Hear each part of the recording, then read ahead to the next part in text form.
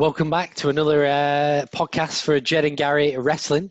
I did move that around slightly, and that was actually by mistake.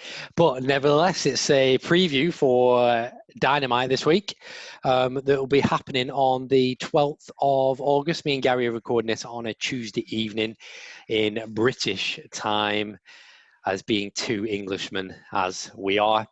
But because it's a preview and we've got a few YouTube things to go through, we'll start off with, we'll just delve right deep into it, Gary. No introductions needed. People know who we are now. All 18 subscribers. Yes, I saw that one extra person, so much appreciated. We'll start with the women's wrestling on the draw that was Monday. The first match that we had, let me load my notes up. For some reason, everything is freezing today. I think it's the weather. Big Swole and Little Swole versus the Librarian and let me get an accent on this, but Rachel Shannon, if that's the best way I can pronounce it in the language for her. It's that woman that likes to go around with a handbag in all the fashion. That's all you need to know. Basically a jobber. Did you watch this today, Gary, and you did? I absolutely did. It's the first thing I watched this morning. What, did you have your dinner in the morning? No, I watched it this morning, man. Absolutely. I did not watch it at dinner time this week. I was ahead of the game. Overall, the first match, yeah, there's not much I can say for this one. No, it was passable. Again, I think that's what this tournament has been so far, is just acceptable time passing wrestling. If people want to watch a wrestling program and don't really want to think about anything too much, that's what this women's tag team tournament seems to be about. And it does have a couple of decent characters, like the Librarian when she was coming down to the ring, just constantly shushing the crowd. Like, constantly. It wasn't one shh, it was like 15 of them, which made me laugh by the end, I'll be honest. It annoyed me to start with, but then I just started laughing, and I don't know why. It was just awful. But brilliant really at the same time. They've made the most annoying gimmick in the history of wrestling. Like, not even good annoying, just really irritating. Quite enjoyable, because there were one bit where I can't remember what happened, but I think she gave like the book to a partner with like all the fashion things in, and her partner goes lying down, and there's Peter Avalon in there just staring, going, "What is going on?" Yeah, because Rachel Chanel was more interested in the fashion book than she was in the wrestling match, which sums that character up as well. Like, it, as we said in our preview and our women's review and question video, that it's about building characters, and these two are definitely that. It is two very different gimmicks, and it's what you like. We were speaking just before as well, Gary, where we really appreciated the slight symmetry they had in Brandon Cutler and Avalon, where the Librarians basically like Brandon in a way, and then this other characters like Avalon. It's just silly gimmick stuff, but easy match. I thought it was a bit of I wouldn't say a jobber-esque squash match, but it was down that route. I thought Little Swole, Big Swole's partner, did pretty well. I liked all their submission type of moves, like holding them up. And I really appreciate as well when they mentioned that Rochelle's handbag arm was the one that kept getting tied up by Little Swole. I found that funny. Ended pretty quick. 1, 2, 3. Big Swole got the finish. Quite a simple match, really. Yeah, it's exactly what you'd expect. It is. And there's something I'll pick up at the end of the next match, which was Ivelisse versus Diamante Dasher, which was quite surprising that Dasher showed up. That was a good one for me. And then it was Rachel Elling. Is that how you pronounce the surname? Ellering, yeah, brill. Yeah. Is that the one that was from NXT as well? Yeah, it is. Yeah, she ended up getting injured and then released by WWE. In all the Black Wednesday releases? No. This release happened about 8-9 months ago, but because she was injured, she couldn't wrestle. Oh, okay. That's good though. At least they picked up someone with a bit of experience in the ring. They can just train her to what they'd be. Good new characters, and what we discussed on the podcast that we had on Saturday for the weekend. It was all about gaining new characters and getting the proposition and new stories into it. So much appreciated. I know you really like Dasher in this, but for me, this match was all about the two people that I 100% knew they were going to come together in this tournament. And that was Diamante and Ivelisse. I always pronounce the name wrong, Gary, so I apologize. That's all right. Yeah, it was always going to be about Ivelisse and Diamante in this one, because obviously they've been teasing it slightly for the last 3 weeks, ever since they had that match announced on Dynamite. And as you said, you've been sort of researching into it and saying that it was going to happen for a long time. So Yeah, and it was weird. there's It was always because that. it was the bandanas that got me because they both wore the bandanas like when they were against each other for the first match. I was just thinking, it's like that's very, very similar ring gear to like have a picture against, and they obviously haven't edited it because they came out in the same similar picture, and they both came out with like same entrance with flags behind them, just separately. But no, I thought it was a good decision to get them to win. I appreciated Dasher had a few offensive moves, but nothing too much. She just looked like she was having a great time, and again, a bog standard. It was just keep on rolling the matches. It's really, really this week was not as hard hitting as last week. I think this week you could have easily skipped it more than last week because there were bigger names from last week. However, you're going into next week now with Big Swole, Little Swole versus Nightmare Sisters, and then the other two versus Tay Conte and Anna Jay. So when you look at them two matches, you're probably thinking to yourself, typical AEW booking, none of these really should lose because they all technically going on their bright sparks now. When you look at Big Swole, Little Swole, Big, she shouldn't lose because she's got Britt Baker coming. You got the Nightmare Sisters that are basically the founders, quotation marks I've put there, of the women's tag team wrestling for AEW. You got the two new introductions mini tag team that I think now, it's tough because was rooting for Anna Jay last time. And Tay Conte versus Ivelisse and Diamante. I can't call that one, but we'll see. I think the first match will have a distraction finish with Britt Baker come in with Reba in it, and then the second match will be a genuine one with the winner going to the final. Yeah, I could see that happening. I also have to say that I did pick up on something during the Diamante match, which was her outfit. It actually had her throwback to her LAX days from TNA. So what I'm thinking is, if she's allowed to get away with that, and as she said last week, Proud and Powerful didn't use the tag team name Proud and Powerful at all, maybe they could turn around and use their LAX name again. There's a suggestion for you. I'm glad you said Proud and Powerful, Gary, because that was my next point.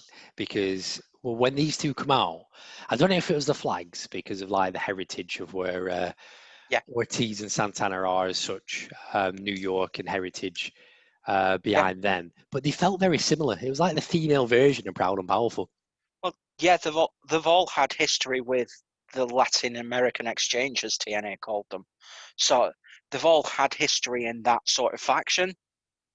So at one point or another, it might not all have been at the same time or together, but because they've all got that established sort of thing going on, maybe there could be something going on between them as a group.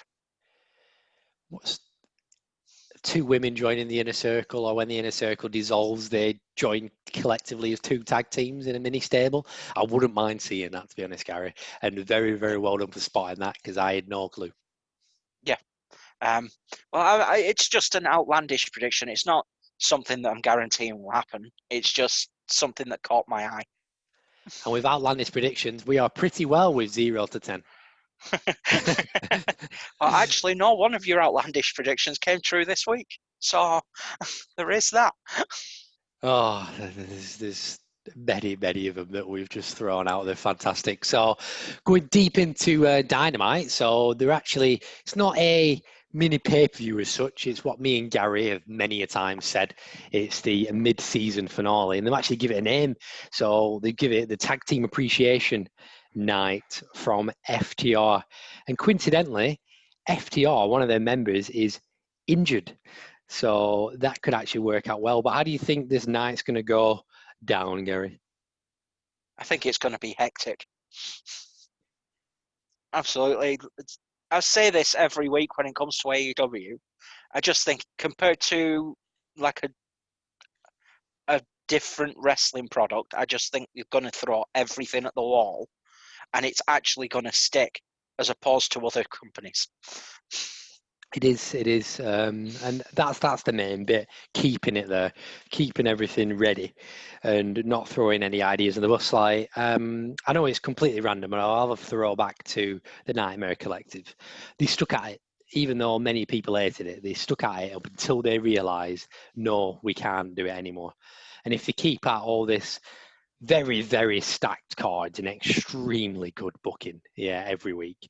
It's just, again, people will be appreciative of all the work AEW doing. I really, really do like as well that it's a new team that've come in and they're the ones that are allowed to have this appreciation. Again, it was in their contract details, that other segment we had the other week with Arn being in there. But overall, in a way, it's AEW flexing a little bit, saying, yeah, tag team can be a draw, and let us prove it. Yeah, since day one, that's been like their prerogative, hasn't it? Yeah. Because they've got young bucks involved. In fact, I'd say so far as to say they've got 4 of the top 5 tag teams in the world working for them. Who's the 5th that's not in AEW, Gary, just for everyone's reference? The Gorillas of Destiny from Okay. NJPW. Oh, yes. And then you could probably include Carl Anderson and Doc Gallows in that as well. Yeah, but that complete different circumstances, that though, isn't it? It is, definitely. Okay, so with tag teams, there'll obviously be tag team matches. I'll go through to the single ones in a while, but we'll start with one of the tag team matches that was just straight off, just very similar to the other match they had last week, but no stipulation on it. It's the Young Bucks versus Evil Uno and Stu Grayson. Basically, the GIMP version of Butcher and the Blade. But as I've just said that, the Blade wore like a similar mask to... It was just basically the Blade is Stu and Evil Uno is the Butcher, but without the mask. Hopefully one of them wears an apron, that's all that matters. The match is going to be absolutely outstanding, and I genuinely think they need to start with that, to be honest. Yeah, that's a good suggestion, is that. The Dark Order at the minute seem to be, and to quote Evil Uno's Twitter page, which has been an absolute scream for the last week. If you're not following him, at Evil Uno, get onto it. 100%, they are the stars, right? And they are the kryptonite for the elite. They are. And just as you said, the stars is spot on for them. Any time they're on BT, you just know something's going to be phenomenal. I think that when BT ended this week, it was just, I couldn't stop laughing. And I was working whilst I had it on the left-hand side, and someone called me up at that time, like one of my team members. And they were just going like, what are you laughing at? I was like, you wouldn't get it. So I really wanted to send them that Joker meme saying, no, you wouldn't get it. But it was phenomenal. Again, it's quite a contrast with this type of styles. You've got the Young Bucks versus two quite grapplers, but they have their entertaining moments. Again, I'm going to repeat myself to what I've said many, many times before. I want Stu Grayson to be the star of the match because I genuinely think when he gets a single run, if he does, if he doesn't want to, fair enough, but if he does, he'll be amazing at it. And if he just keeps rising, he'll eventually get there. You just need to look at Scorpio Sky and Frankie Kazarian, and Scorpio's gone into the singles division.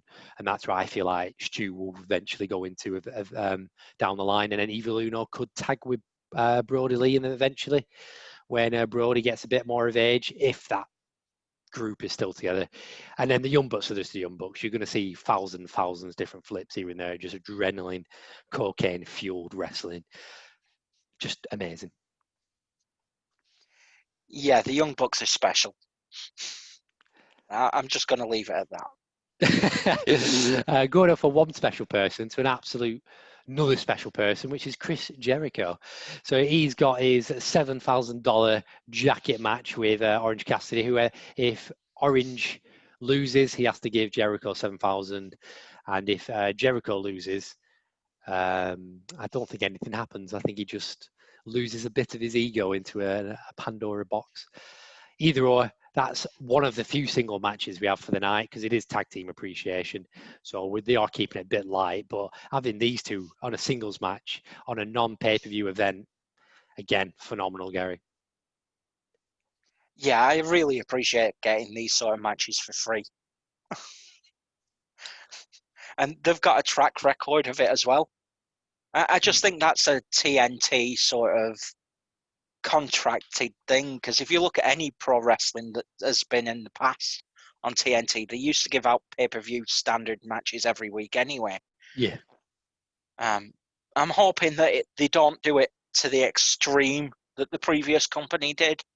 However, I do appreciate it every so often, and in these little mid-season finales, as we've coined, then it's perfect time for a match like this.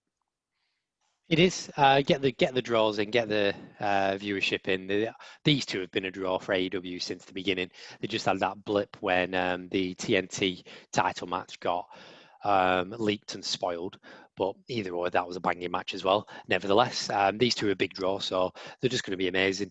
The match itself, I generally think, for me, Orange is going to win, and leading up to a trio, like a trilogy-style match, or going to All Out.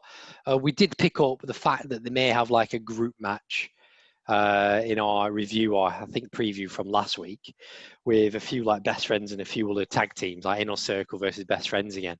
But you never know. I did mention a hell of a while ago, Gary.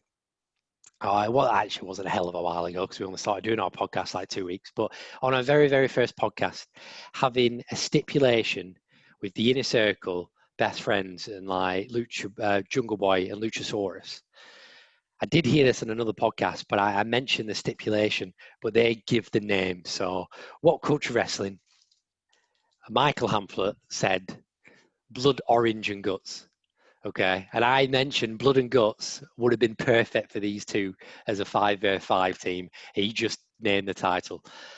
But would you still love to see that in All Out, Gary, or would you like to see it when fans come back?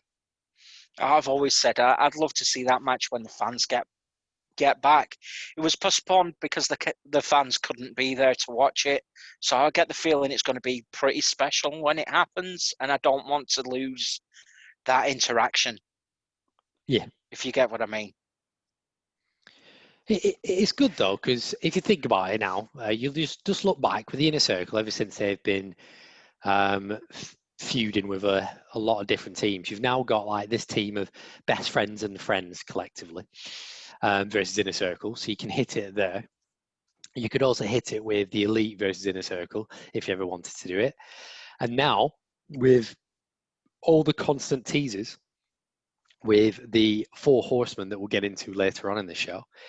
And if that stable gets created, which me and you are definitely convinced it will, you've got that versus the Elite, or that versus somebody else for like a Blood and Guts match. I generally think the second, third week you get full sets of fans back, which is a while off. Just get Blood and Guts on. Just throw it on there. It'll just pop everybody. He'll pop people at home. Back to my original point, I think it will lead to a trilogy, and I still think it will lead to not a direct singles trilogy, but Orange may have two people with him versus Jericho with two other people in All Out with a stipulation in the back of it, and it will have something to do with Orange and Blood as the name. Yeah, in terms of that, it's quite clear it's going to be Orange and Best Friends, isn't it? And then Jericho and Proud and Powerful, or LAX, or Santana and Ortiz, whatever you want to call them this week. What are you on about? It's going to be Orange and Rock and Roll Express versus Chris Jericho and Arn Anderson and Tully. What are you on about? Oh, yeah, absolutely. I can see that happening. That's about as likely as Eric Bischoff getting his karate gi back on, coming back for a match against Stone Cold on AEW Dynamite. So talking about living legends and a person that's lived to be over 3,000 years old, Luchasaurus and Jungle Boy are teaming against Kenny Omega and Hangman Page for the Tag Team Championships. A bit unusual. Again, this is one of the things I like it that they booked title matches on. Again, it's a bit different to the TNT Championship because Cody's made that open. But it's the fact that I swear in the back of my mind, Jungle Boy and Luchasaurus have lost quite a few of their matches over the year. Yeah, I don't think they're doing it so much because of the record. I think they're doing it because everyone loves Jungle Boy and Luchasaurus. They are literally the team that can get away with any loss whenever, because fans will always be drawn to them characters. It's like they're like totally bulletproof when it comes to their win-loss record. Yeah. Which for AEW is a bit strange. It is, but it makes sense though. That's the weird thing about it. Yeah, because the characters don't need to win. They never need to win. Unless it's like the proper like underdog story, sort of Jungle Boy Chris Jericho sort of thing. Yeah. And I think as well, because it's a refresh every year for the win-loss records, it doesn't matter if you have an off year, because you know, like either the year after the year after, you're going to absolutely go either on a winning streak or win more matches to develop like a title shot. All you need to do is compare these two to the best friends. They're not really teams that should be holding the title championships yet, because they're not actually that fantastic. They're just there because they're a good spectacle at that period of time, really. When you compare it to Omega and Hangman Page, and nowhere near as good as in the ring, they'll get there because they're a decent team. But it's just like best friends because they're going to go on a bit of a losing streak now. I just feel it after the Santana and Ortiz that angle with the car last week. I feel like Jungle Boy and Luchasaurus will. And if next year they pick up a few wins, I still don't think they'll win the championship and then they'll go on a bit of a losing streak again. But either or, it's Luchasaurus. Everyone loves that guy. And Jungle Boy, give him a few years' time, he'll be amazing. And he's already amazing right now. Sorry, did I say Jungle Boy? I meant Griff Grayson. Yeah, who is Griff? I don't know. He's the guy that really needs to pair with Warhorse and Pillman Jr. to make that and metal 3MB. They really do. Coming down to like what are you thinking? Like a Slayer track or something? Or, no, just give him like one or of something Fozz's. like really. No, I think it needs to be a bit more like old school. I wouldn't quite say metal, but I would give them like an AC/DC track. Oh, please do it. Something to make the crowd sort of enjoy themselves a little bit, just get them over that way. Yeah, I totally agree. Do you think this one will be match of the night? No, I don't. I actually think the match of the night we've already spoken about. I think that's set to be the first match that we talked about, the Young Bucks match. Yeah, just because I'm loving the Grace and Uno sort of tandem at the minute, and Young Bucks, whenever they're on TV, they're just fantastic for what they do. If you like that kind of wrestling, which I do, then yeah, you don't get anyone better. I understand why it's controversial. I mean, it's just gymnastics. It's flip, flop, and fly, or some wise die, as MJF would turn around and describe.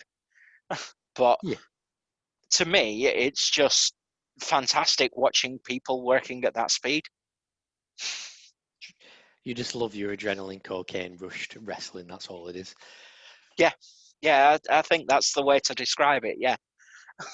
So from one team that loves flying around to a guy that literally has Sky in his name, Scorpio Sky, he actually cut a really, really good promo last week on Dark, and then did the usual wrestling trick. I hate it, but I love it at the same time. Where you just go up to somebody, you point to the title, you get your title shot next week, then you lose your title shot. Then in many, many months to come, you point to the title again. But he's against Cody for a singles match, TNT Championship. The only other match that we have confirmed on the card at this moment in time. It's going to be a typical Cody match as long as he can get Scorpio Sky over as much as possible. Do you see him losing it? I know it may be a stupid question at this moment in time, though, Gary, but we're going to ask it because it's a title match. No, I don't see him losing it. I think if he loses it, he's got to lose it to someone like a Lance Archer.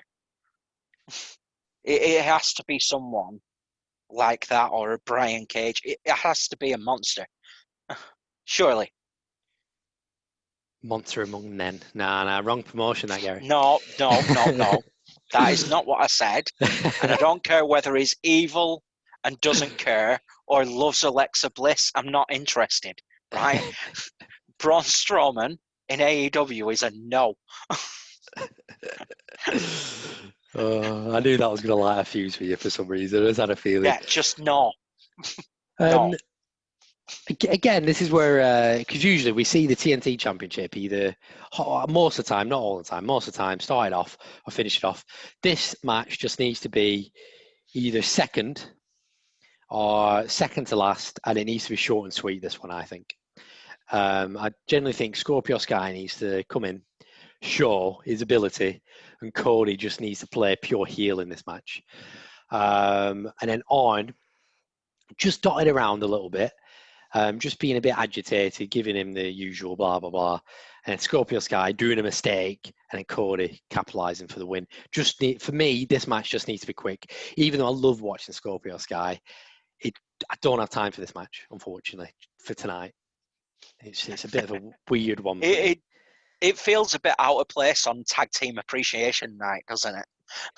Yeah, like even the Chris Jericho and Orange Cassidy, but that's fine because that's like developed over time. It's just this match because even though it is his open TNT Championship, which I appreciate, he keeps on doing it. He's making that title as best he can. The only thing I want to point out is the only thing about this match that's making me more interested is not the match. Okay, it's the title at the end. So I mentioned it. I think it was last week, Harry. Correct me if I'm wrong, but I sent you just a message on WhatsApp stating that Cody wanted to say his title should be finished by this week. So if it is, yeah. I don't see Scorpio Sky losing it at all, unless if he does, he has the brand new title looking at. And anything's better than a little beer can plastered on some red tape. Once he had like the bit of gold and the bit of the design and whatnot, that championship will look really, really good. It was just unfortunate because of the pandemic, they couldn't get it finished. I'm more interested to see what the title's going to look like than the actual match, which unfortunately for me is going to make me a bit bittersweet for the match. If the match is phenomenal, I'll hold my hands up when we do our review. I just don't see it. And I love Scorpio Sky. Yeah, I'm a little bit indifferent to Scorpio Sky, I'll be honest with you. I do love the catchphrase that the SCU have with the this is without doubt the worst town I've ever been in. And I do love that, and I love the whole pageantry of the three of them together. And that's part of the reason why originally I wanted 6-man tag team title belts. Yeah. But Scorpio Sky is the one that stands out in that group. He's the one that'll fly around still, no matter what. Whereas like Daniels and Kazarian got a little bit older, so they sort of went a little bit more ground-based than what they were saying like 2000 or 2005. Their entire ethos has changed. So when it comes to it, Scorpio Sky is the single star out of that group. As much as I'd want to go back 10 years and say it'd be Daniels, it can't be. He's too old. No offense to him, but you can't like give him the push to the moon that he no doubt deserves, because again, one of the best of all time. I'm not saying he never held a world title because he did have the ROH one, but not to be recognised on a level that he deserved to have been recognised at, if you get what I mean. Yeah. And I don't want to see the same thing happen to Scorpio Sky in, say, 5 or 10 years, where he hasn't been recognised at the level he deserves to be recognised at. Yeah, I think they're slowly building him up. It's a bit quite similar to what I said about Luchasaurus and Jungle Boy, because they're just building him up and dark at the moment, aren't they? So I think they're going to pull the trigger big on him, like next year, and have him like in really decent feuds, because we've only got 2 hours really of proper TV time. Everything else is YouTube. It's unusual that I would say there's just feels like too many people on the roster at sometimes, where when they light a fuse into somebody and it goes really short, they can bench them. Well, you're forgetting about them, and when they come back, it's like, oh yeah, they did have this guy. Because Scorpio Sky is one of them. It's like I only really see him on Dark, and I always go, oh yeah, Scorpio Sky's around. Yeah. And I do want him. I do want him to be in a decent, like, give him a good storyline, a good feud next year. Title and non-title, just give him a good feud, singles, Yeah. and yes, he will be appreciated. So I do think he'd make a really decent to actually a pretty great TNT champion. Yeah. It's just, I don't think that it's his time right now. Agreed. Totally agree with you on that one. You know, especially with his King of Dark moniker. Yeah. You know, I know that he sort of cut a promo on himself and that title last week that you said was excellent, because it was. Especially for a Dark like segment as well. You don't really see many promos on Dark, so it was good that it was on the YouTube basis. But I want to see a replay or just see segments of it, like just quick fire like words on Dynamite. That again, this is one of my ongoing things. It's the only thing that needs to improve on. Just cross reference. Yeah, the other one's on YouTube. Fair enough. Doesn't matter. Just reference it a little bit. I don't know if that's like TNT not wanting to bring YouTube over or something, but or the other way around. Just all you just need to do is reference it. You say the results at the bottom. Just give us recaps. Again, just give us recaps of what's happened with the women's wrestling. So that all matters. So into the bulk of it, Gary. The final segment that should end the night is basically the Rock and Roll Express versus is it the Brainbusters? Yeah, Brainbusters, Arn Anderson and Tully Blanchard. They need to finish the show off. The only question I've got about you, how do you think this is going to play down? So obviously, you've got one of the best mic people out of these four, Tully Blanchard. If just give him the night, just give him 2 hours, and I'll love to listen to him all night. But how do you think this is going to play down? Because special appearances in all promotions, this is including AEW, WWE, everywhere else, they say something and then some other idiot or somebody else, not even an idiot necessarily, comes out, challenges them or disagrees with them and speaks with them. Yeah, as I remember it, the Rock and Roll Express were the first like major classic tag team to show up in AEW, weren't they? Yes, they were. So to me, they're like already establishing themselves as like AEW legends, even though they've had like what 3-4 appearances on the shows. Yeah. And I'm like, they're definitely go-to guys for them, and it's brilliant that they get these people back. As far as I'm concerned, it brings back viewers from the 80s, right? Which was the heyday of tag team wrestling. Apart from now. Well, now we're trying to establish a new era, and AEW's getting criticised a lot lately for bringing in these legends. But if you look at it from perspective of you bring in the legends, that brings the viewers stick around for the people that they've seen previous to this on the night, which is exactly what should happen. It's a natural progression. And because AEW, forgive them, they've only got a couple of years worth of history. Let's be fair to them here. They've not got WWE's 70 years or NWA's 90 or what have you. They don't even have the 7-year run that Eric Bischoff and WCW had, essentially, after it became WCW after Jim Crockett and all that lot. So with that, you need to build on the basis of the history of wrestling as a whole. And to me, that's what this segment is about. Because these tag teams epitomize that era of wrestling. The only thing that could make it better, and it's not possible, is for them to get the Freebirds. In my opinion, that's the only thing that would make it better. Because I'd love to see that again.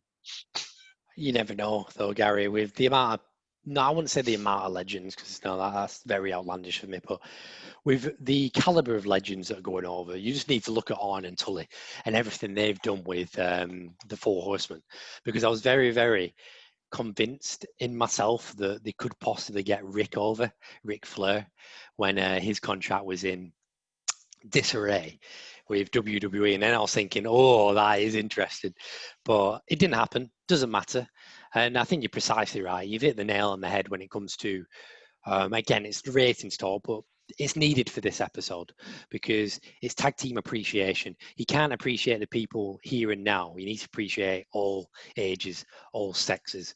Again, with WWE monopolization, you can't really get the many decent female tag team wrestlers over. It's mostly just the older men. And I think Arn and Tully, for me, hands down the ones that I will remember. The Rock and Roll Express, yeah, I've got vague replays of stuff, but when I got into wrestling, there are two names that are like thrown at you right away. Anyway, if you go on any forums, you go online and stuff, if you mention anything to do with tag team or decent stables, who's the first two people you're going to get? These two. And I think it's phenomenal, to be honest. And I still think give the mic to Tully, get him to speak. Either he gets interrupted by somebody, or do you think they're going to tease even more a Four Horsemen angle? I'm only saying this because just pinning a few things over what we've discussed. We've got FDR that have many times had many teases with it. It's their appreciation night. So FTR really should be out with both Arn and Tully speaking with each other.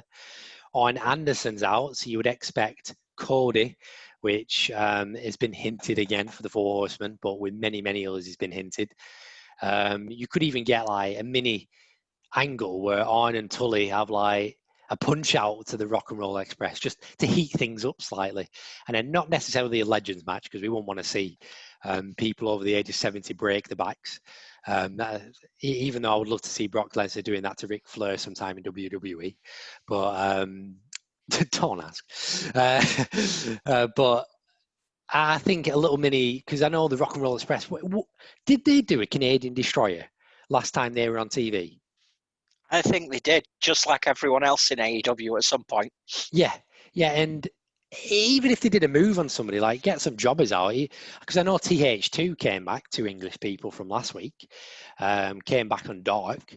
Just, I know they're not jobbers and everything, but bring them out, or even push, because Brody Lee's around.